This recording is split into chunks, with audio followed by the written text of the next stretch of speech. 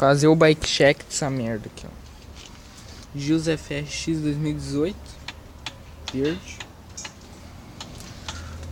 O canote da Gills também. O banco, esse daí, estrupador de anos. Da Tioga.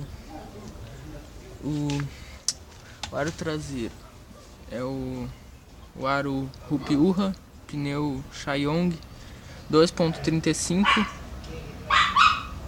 O cubo é da Shimano.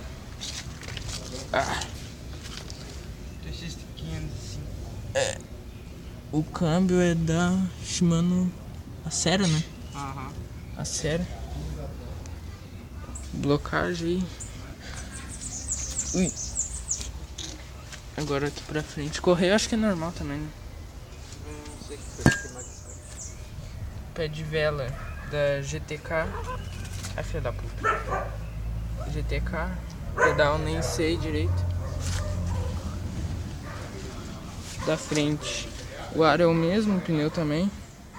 Só que, né, é o dianteiro. O disco é 160 mm das duas rodas. Suspensão Spiner 300. Manopla da Eleven preta. Não tem o tampão. O freio hidráulico da Ringione. Aí. O guidão KSW. A mesa Promax, a direção não tem.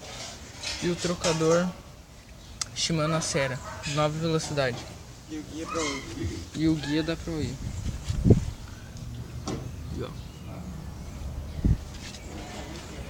Top. Falou, caralho.